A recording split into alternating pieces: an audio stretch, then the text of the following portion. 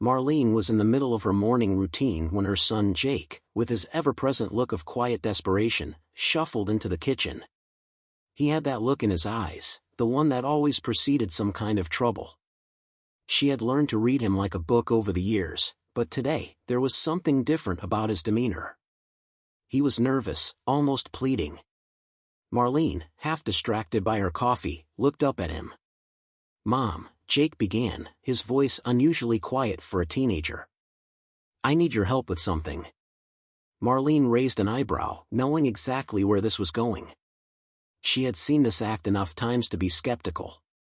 What is it this time?" Jake hesitated for a moment, as if searching for the right words. Then he let it out in a rush. "I need you to tell my school that there's a family emergency. A serious one. I can't go to school today. They're giving me a test I'm not ready for." Marlene took a sip of her coffee, processing the request. "So, what, you want me to lie for you? Just so you can avoid a test?" Jake nodded eagerly, but he had that classic puppy dog look in his eyes, the one that always worked on her. "Please, Mom. Just this once. You know how stressful things have been lately. The family needs, well, some time to recover." Marlene wasn't buying it, but she couldn't help herself. She sighed, placing her coffee cup down and crossing her arms. "Family emergency, huh? Like what? Is someone in the hospital, or is this another one of those someone died kind of things?" Jake's eyes widened, and his voice dropped to a conspiratorial whisper. "Not exactly, but close. I've been under a lot of pressure lately with everything going on at home. You know how Dad's been, distant. And Aunt Linda, well, she's having a breakdown." Marlene blinked, trying not to laugh. "Aunt Linda? Breakdown? Seriously, Jake, she's the least emotionally unstable person I know." I know, Jake said, looking even more serious now. "But, if anyone asks, that's what you tell them. I'm not ready to go to school. I've got things to work through. Okay?" Marlene sat there for a moment, processing. She didn't know what was worse, the fact that Jake had come up with such a ridiculous story, or that she was seriously considering going along with it. He was her son, after all. She loved him. But lying for him? That was a different kind of love. "You know," she said slowly, "this is really starting to sound like one of those very bad ideas." Jake, sensing his window of opportunity, took a step closer. "Just tell them something, anything, Mom. I can't be in school today. You've got to help me out." Marlene sighed again, rubbing her temples. She glanced at the clock, then back at Jake. "Fine," she said, finally relenting. "I'll call the school. But you're on your own when it comes to what happens next. You owe me big for this, got it?" Jake grinned and gave her a quick hug. "Thanks, Mom. You're the best." She picked up the phone and dialed the school's number, half listening to the mind-numbing hold music as she steeled herself for the inevitable awkwardness. She cleared her throat when the secretary finally answered. "Hi, this is Marlene Williams. I'm calling to inform you that my nephew, Jake, is unable to attend school today due to a family emergency." The secretary's voice, polite but unamused, came through the line. "A family emergency, ma'am? Is everything okay?" Marlene hesitated for a moment. "Well, no. Things are, well, they're not great. My sister, Linda, has been going through some personal issues, and I'm taking care of her today. We need the time to work through some things. I'm sure you understand." The secretary paused. "I'm sorry to hear that, ma'am. We'll excuse Jake for the day. Please let us know if he needs additional time off." Marlene hung up, letting out a breath she didn't realize she had been holding. She couldn't believe what she had just done. Lying to the school about her sister? About a family emergency? She was actually buying into this absurd plan, and for what? To help Jake skip a test? She glanced over at Jake, who was sitting at the kitchen table, already tapping away at his phone, likely texting his friends to tell them about his emergency day off. She felt a pang of guilt, but it was mixed with frustration. She had just pulled a stunt she never thought she would have to pull. And yet, here she was, making excuses for her son. "So," she said, trying to keep her tone casual, "what's this family emergency really about? Is Aunt Linda actually okay, or are you just using her as a cover story?" Jake gave her an innocent smile. "Totally fine, Mom. Just, a little emotional breakdown. Nothing too crazy. She'll be fine." Marlene raised an eyebrow. So, is she going to call me later, asking about this emergency?" Jake gave her a sheepish grin. "Probably not. But, maybe just don't mention it to her if you talk to her, okay?" Marlene shook her head in disbelief. "You're unbelievable, Jake. You've got your entire story set up, don't you? No chance I can back out of this now." Jake's eyes twinkled with that familiar mischievous glint. "Exactly. You're a good mom, you know that?" Marlene laughed darkly, shaking her head. "Good? Or just a sucker for your lies?" She didn't know if she should be mad or impressed. Probably both. But deep down, she couldn't help but admire the sheer audacity of her son. "Well, let's just see how long this family crisis lasts before we hit the next big emergency." She said it with a smile, but a small part of her already feared this wasn't going to be the last time she'd have to lie for him. As Jake rushed upstairs to play his game, leaving her to deal with the consequences of her choice, Marlene realized something. Her son had just convinced her to act in a way that was so far from her usual straightforward, responsible self. She was acting for him, caught up in his web of lies. And the worst part? She wasn't sure how much farther she was willing to go. Maybe she just saved him from one test, but this felt like the beginning of something far more complicated. She was already in too deep, and she couldn't figure out how to get out. The next day, Marlene woke up to a flurry of texts and notifications on her phone. One message from Jake immediately caught her attention. "Big favor, Mom. Need you to help me with something else." Marlene groaned and rubbed her eyes, her body already tired from the stress of the previous day. She had barely survived the family emergency charade, and now Jake was back for round 2. She reluctantly opened the message, her thumb hovering over the screen as she read Jake's request. He needed her to call his school again, this time to explain that his grandmother had passed away.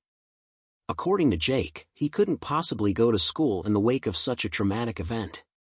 What kind of family drama is this now? Marlene muttered to herself. She had barely gotten away with the Aunt Linda lie, and now Jake was asking her to fake a death. How far could this go? How deep was she willing to dig herself into this mess? The logical part of her brain screamed for her to just put an end to this whole nonsense.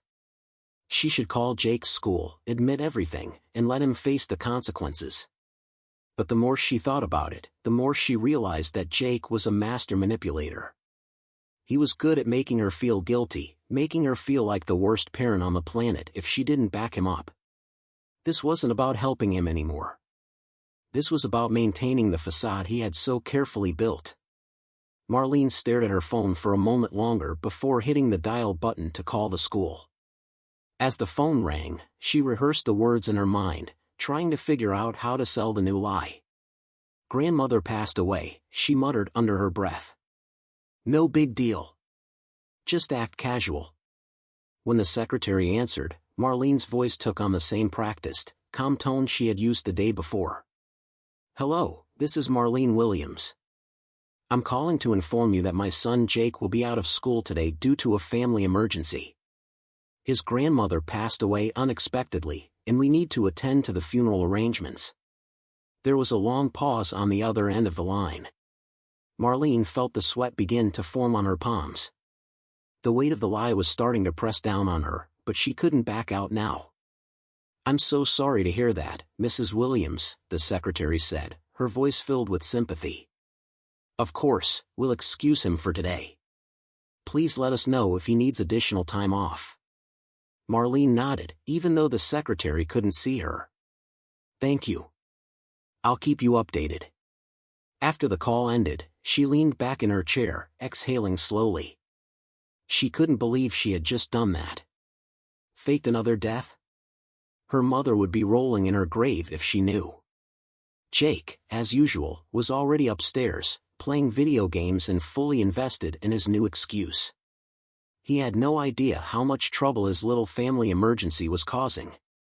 Marlene wanted to scream at him, tell him how ridiculous all of this was, but part of her couldn't bring herself to do it. She had come this far. She couldn't turn back now. The doorbell rang just as she was about to dial her friend Cheryl, who had texted earlier asking if everything was okay.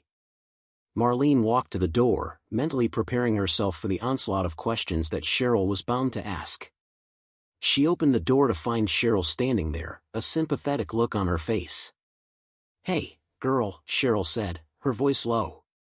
"I heard about your grandma. That's rough. Are you okay?" Marlene froze for a moment, trying to find the words. She had barely managed to convince the school to buy the story, and now Cheryl was here, acting like the whole thing was true. "Yeah, it's been hard," Marlene said, forcing a smile. "But we're doing the best we can." Cheryl stepped inside, glancing around the house.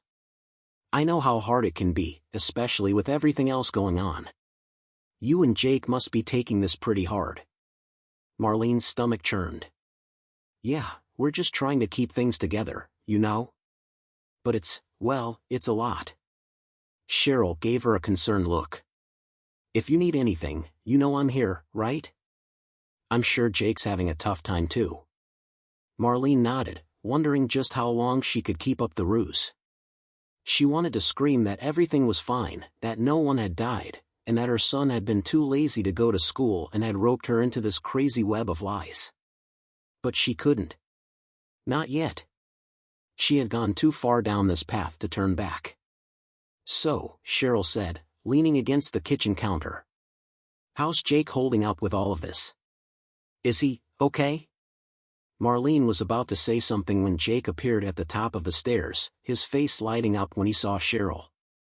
"Hey, Cheryl. What's up?" he said with his usual swagger, as if nothing out of the ordinary had happened. Marlene watched the exchange with a sense of dread building in her chest.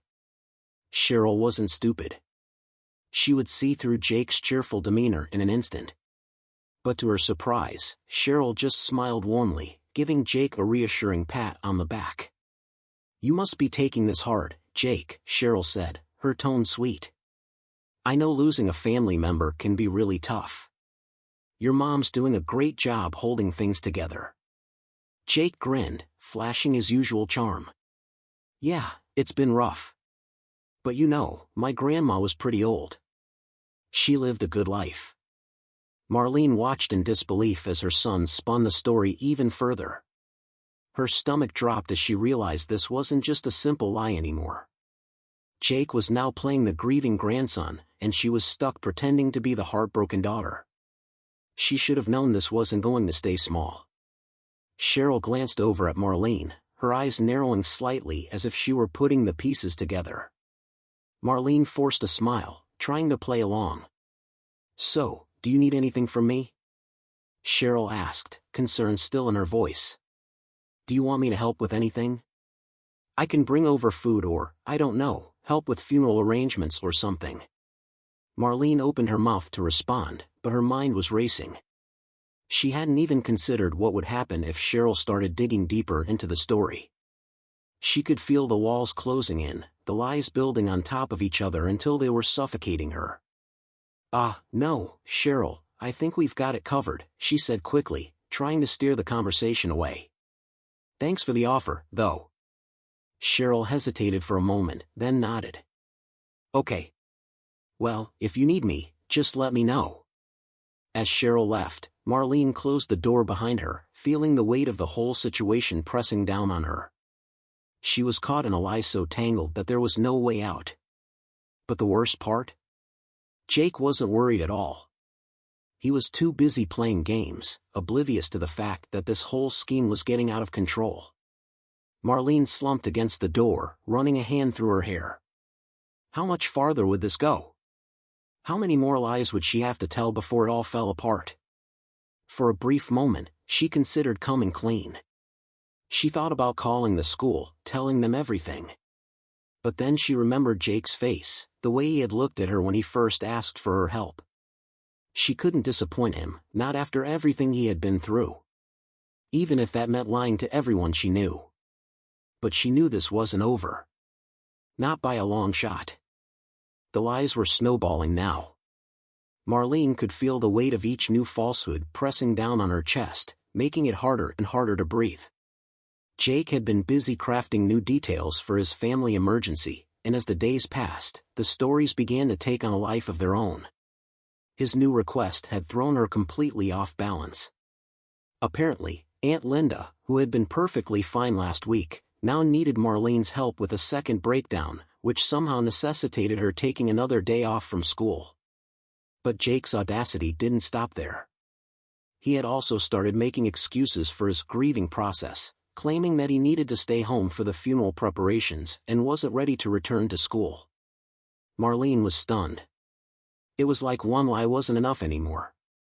She had gone from pretending to grieve the death of Jake's grandmother to now pretending that Aunt Linda was unraveling emotionally. And in the process, the webs of deceit had begun to entangle her entire social circle. It wasn't just Cheryl who had bought into it. Marlene had already been fielding questions from neighbors, relatives, and even some of her coworkers. Every time someone asked about the funeral or her family issues, she felt a deep pang of guilt twist in her stomach. She was too far in now to back out. She had committed herself to this ridiculous charade, and the longer it went on, the harder it was to untangle herself from it. That afternoon, as Marlene sat in her living room, half watching the news and half pondering her next move, her phone buzzed again. She picked it up, already dreading who it was. Jake had become a master at weaving more and more elaborate lies with every passing minute, and now she was starting to worry he might be getting too good at it. "Mom, I need your help again," the text read. "Grandpa's side of the family wants us to attend another memorial. This time, it's for Great Uncle Bill. I think it'd be good if you could come with me to the event and show support, you know, just to make it look legit." Marlene stared at the screen in disbelief. How could this be happening? A memorial for a great uncle who Marlene was pretty sure had never existed? Jake's creative skills were starting to outpace her ability to keep up. This wasn't just a harmless fib anymore. She was being sucked into a world of elaborate fiction, and her role in this family drama was beginning to consume her every thought. She called Jake into the living room. The moment he walked in, his face lit up, eager for her reaction.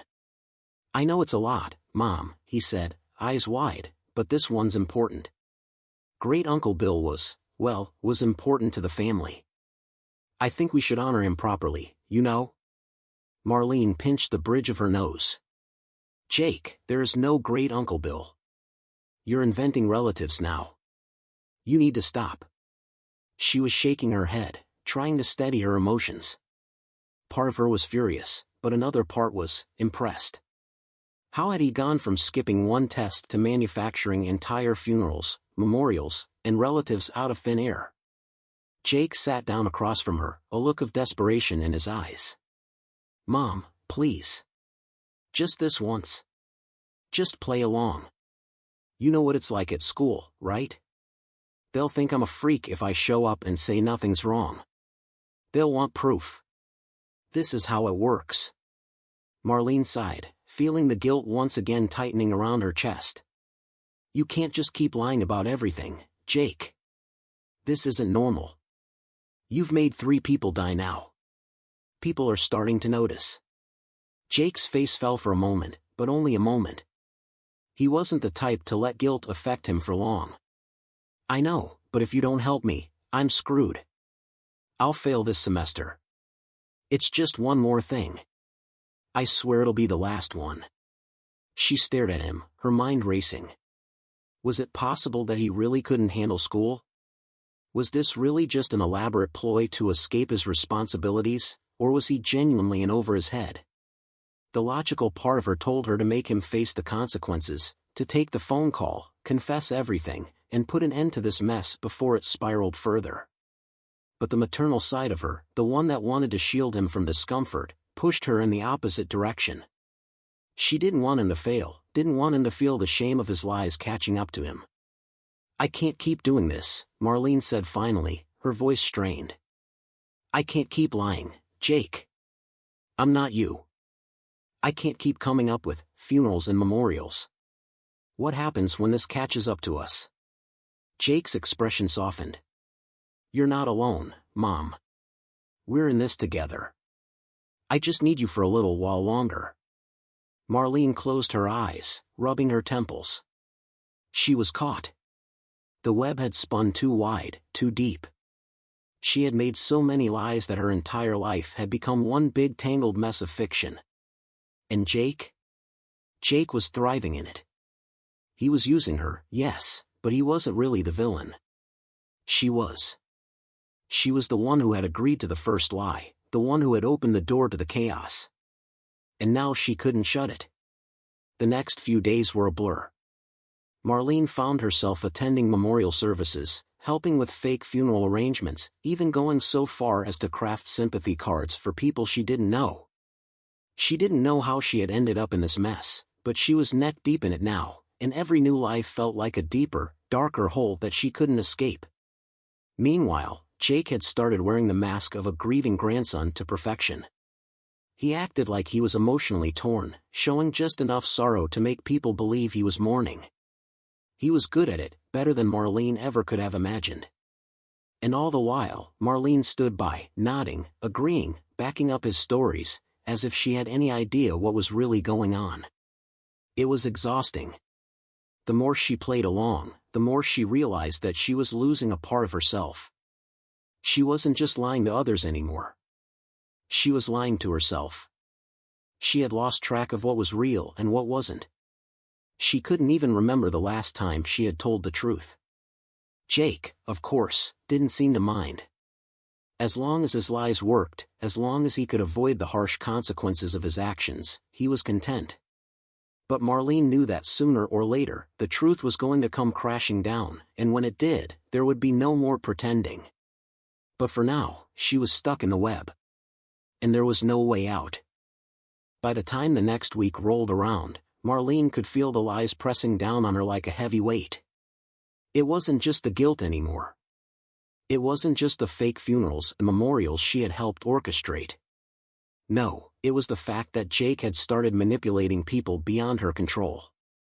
The web was now so tangled that it seemed impossible to untangle it without everything unraveling. Her life had become a series of absurd events strung together by one massive, relentless lie. That day, Jake came home from school with a strange glint in his eyes. He was holding his phone in one hand, and Marlene could tell by the way he was tapping at the screen that something was up. Her pulse quickened as she wondered what new disaster he was about to bring into her life. "Mom, we need to talk," Jake said casually, as if everything was just another normal day. He sat down at the kitchen table and stared at her, waiting for her response. "What now, Jake?" Marlene's voice was tight. She was done with this. She was running on fumes. "What kind of mess are you pulling this time?" Jake leaned forward, his face serious. "It's nothing huge. Just a little thing. But it's going to need some work." Marlene narrowed her eyes. "What's going to need work?" "Well," Jake started, "I kinda told a few people at school that my aunt has cancer." Marlene froze. She couldn't even process what he was saying. "Your aunt? Which aunt?" He gave a vague shrug. "Doesn't matter. I mean, I told them she's in the final stages, so now they're all offering to help. But I can't just go to school tomorrow with no proof." "Jake, are you out of your mind?" Marlene's voice cracked as the tension in her chest skyrocketed. "This has gone way too far. You've made everyone in this family, *our* family, into characters in some sick soap opera. I can't keep lying about this. I can't." "Mom, stop." Jake interrupted, his voice uncharacteristically sharp. "You don't get it. If I don't have a solid story to back up what I'm saying, I'm going to look like a freak. People are going to know I'm lying. So just help me out. Do your thing. You're good at it, right? Marlene stared at her son in shock. I'm good at lying? The words were bitter in her mouth. You've turned me into a pathological liar, Jake. And it's not even about helping you anymore. It's about keeping up with this insane facade. How did it even get to this point? Jake didn't seem fazed. Just say something about Aunt Linda. Or Aunt Margie. It doesn't matter. I need something real to show people. A cause for me to miss school. Marlene clenched her fists. She didn't know how much more she could take. Every day, she felt like she was sinking deeper into this pit of lies, and no matter how much she tried to claw her way out, there was always something pulling her back in. It wasn't even just the lies anymore, it was the fact that people were starting to depend on them. She wasn't sure who was the most ridiculous, her for going along with it, or Jake for believing he could manipulate the world into believing his fictional reality. I can't do this, Marlene said quietly, almost to herself. She was exhausted, emotionally drained, and suffocating under the weight of her son's lies. But Jake wasn't listening. He was already on his phone, texting someone, likely another friend, asking them to pray for Aunt Linda, or whoever the new victim of his narrative was. She thought about the last time she had actually told the truth. The real truth. Was it weeks ago? Months ago? She couldn't even remember anymore. She had been caught in Jake's web of lies for so long, she had started to believe them herself. At some point, the line between fiction and reality blurred to the point where she couldn't distinguish the two. I can't, she repeated, this time with more conviction. I'm not doing this. I'm not lying for you anymore. Jake looked up from his phone, disbelief flashing across his face. What do you mean, you're not doing it? You've been doing it this whole time. I don't get it, Mom. Why are you stopping now? You've helped me get out of trouble before. Marlene stood up and walked toward the door, trying to steady her shaking hands. This is it, Jake. No more. I can't go along with this anymore. You need to deal with the consequences of your actions. Jake's face fell. The expression wasn't one of guilt or remorse, it was one of pure frustration. You're making a huge mistake, Mom. Do you have any idea how hard this is for me? Do you? If you don't back me up, they'll all think I'm a freak, and I'll be stuck with this reputation forever. Marlene closed her eyes. She didn't know how to explain to him that the reputation he was so concerned about wasn't just some high school rumor, it was a pile of lies so tall that it was bound to topple sooner or later. She didn't know how to make him understand that there was no escaping the consequences of a life built on deception. I've been trying to help you, Jake, Marlene said softly, her voice cracking, but I can't do it anymore. I can't keep pretending everything is fine when it's falling apart. Jake stared at her for a long moment, then scoffed. Fine. Do whatever. But you're just going to let me fail, aren't you?